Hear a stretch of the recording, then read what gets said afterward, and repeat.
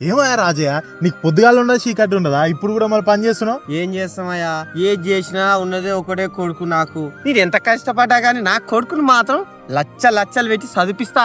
ఆడిప్పుడు చదివే 10th గాని వాడు రాసే రైటింగ్ కే నా కొడుకు జిల్లా ఫస్ట్ వస్తాడయ్యా. 10th లా కలెక్టర్ అయినట్టే నా కొడుకు.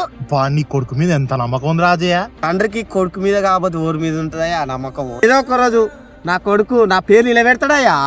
నీలాగానే ప్రతి ఒక్క తండ్రికి తన కొడుకు మీద అంత నమ్మకం ఉండాలయ్యా. గొప్ప స్థాయిలో ఉంటాడు, నలుగురు మెచ్చుకునేటట్టుగానే ఉంటాడు నా కొడుకు.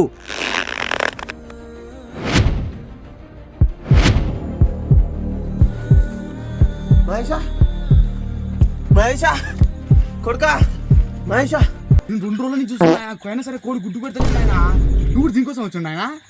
ముందే అది చిన్నపిల్ల, అందులో పుంజు పిల్ల.